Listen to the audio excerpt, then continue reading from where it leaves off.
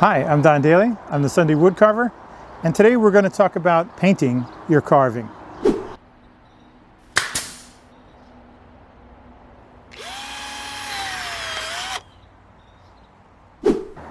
So I know a lot of you guys, when you finish your carving, you think about painting it, but maybe you dread that. A lot of carvers don't like to paint.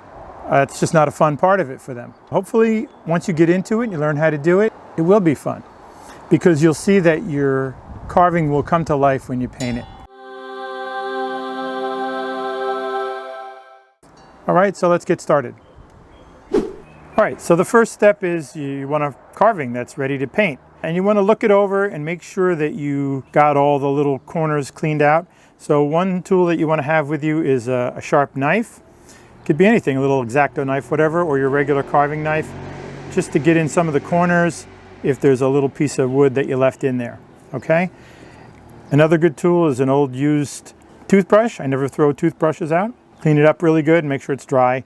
And then you can get in there and kind of clean out the dust and the little chips in the corner there. You could also use a fingernail brush, any kind of little stiff brush, okay? You also might want a little piece of touch-up sandpaper. At this stage, I would say 320 or 240, pretty fine sandpaper, just to soften it up a little bit if you have to clean up some of the edges or the sharp bits. So those are your three prep tools that you want. You need a place to put your paint. So I would recommend something white, because if you use a white surface, you could use just a white styrofoam picnic plate if you want, or something plastic like this. I actually like this little paint mixer. I can get a couple colors at once. You're not going to use a lot of paint when you're doing a project this size. You're only going to use a couple drops, maybe even not that, and you're going to dilute it with water. I like this little tool, but you can get larger ones. You can use anything that's handy to mix your paint. The next thing you're going to want is some water. I recommend something clear so you can see the state of the water. One's going to be for cleaning and one is going to be for thinning the paint. So you want to always keep one of those clean. If you want to go to the next level with it, I like this little thing. It's called a rinse well. And what's great about it is you rinse your brush in this little well here. You push the button and it kind of flushes it. And now all your dirty paint goes down the drain, and then you can just refill the reservoir. I also like one of these little droppers. You don't have to have it, but it's really nice to mix the colors in your paint to thin them. So I can take a drop of paint, and then I can take a couple drops of water, and then I can mix it up to what I want for my painting, if I want it fairly thick or if I want it just a wash, whatever I need.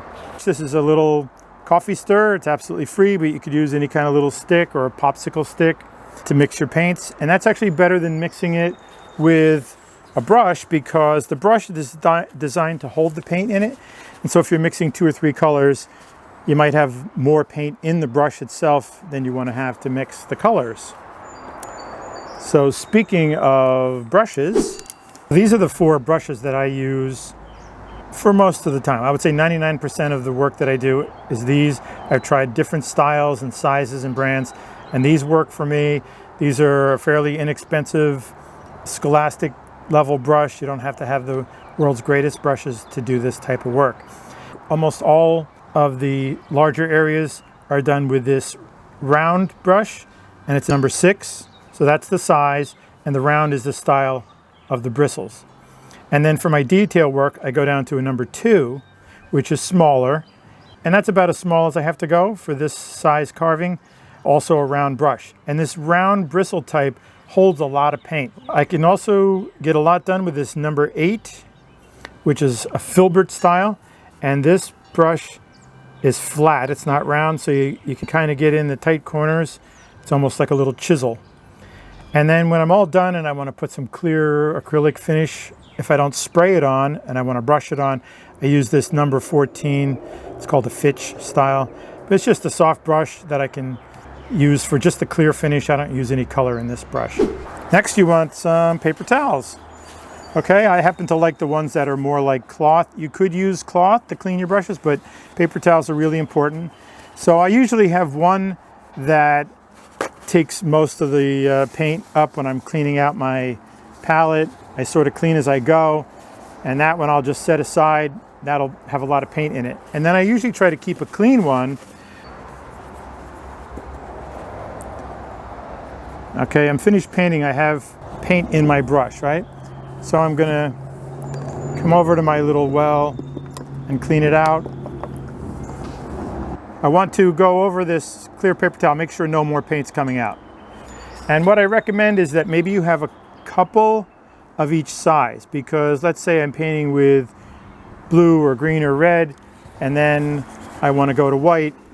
That brush is not completely dry, even though I've rinsed it, and I could get a little of those colors mixed in my white, and I don't want that.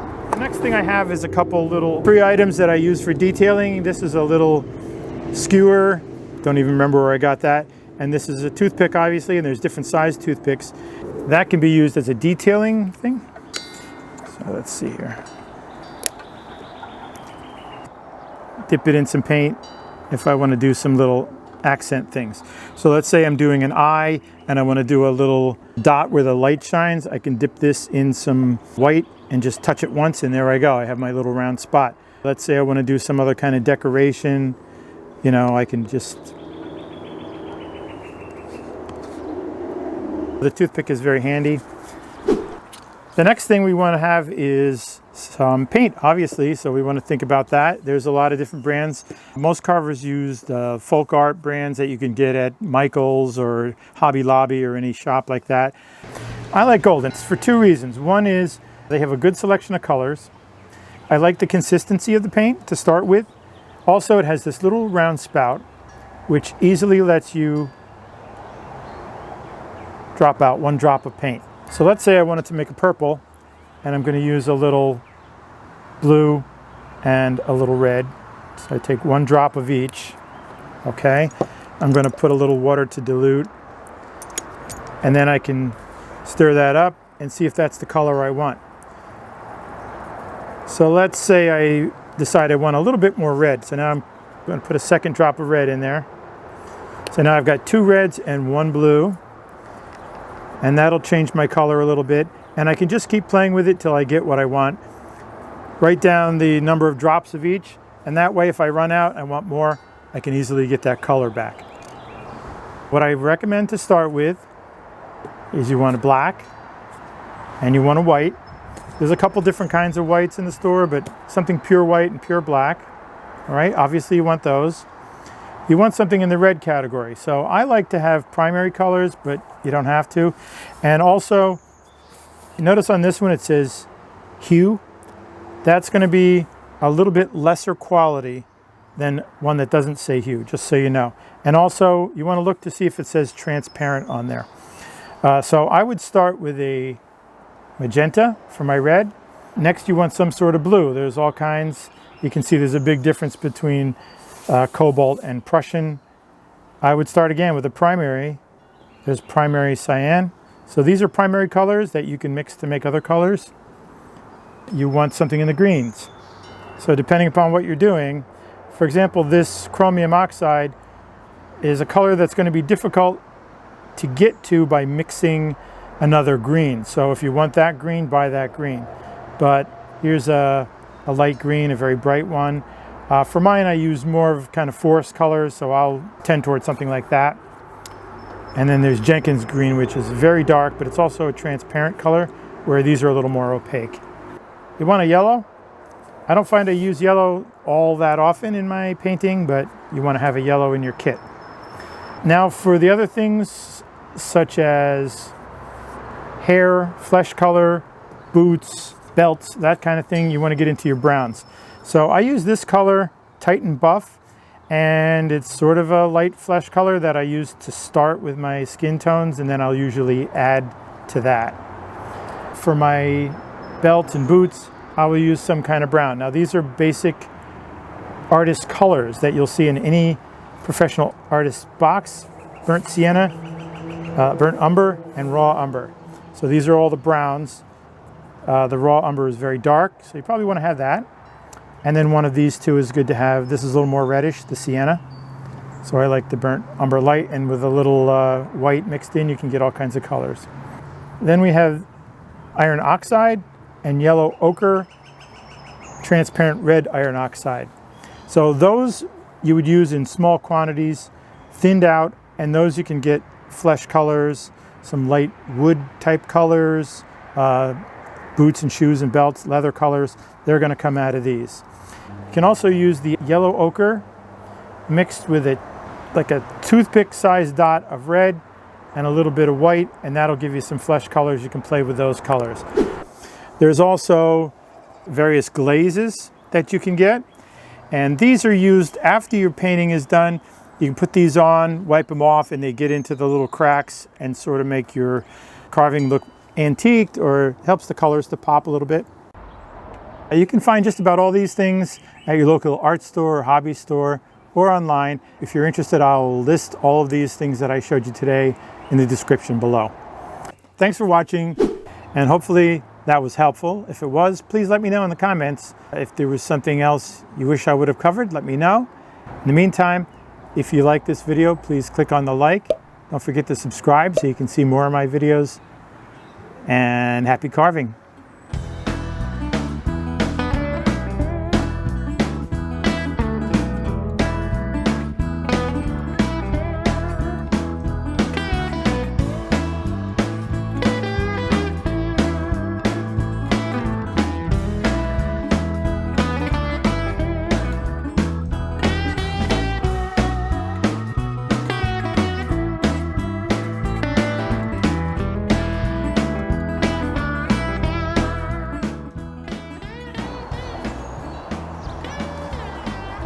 Okay, so as I said in the beginning, this is a video about... Sorry, the wind started coming. That's okay, because I messed up anyway. Or I can clean it in my clear water. And then I want to...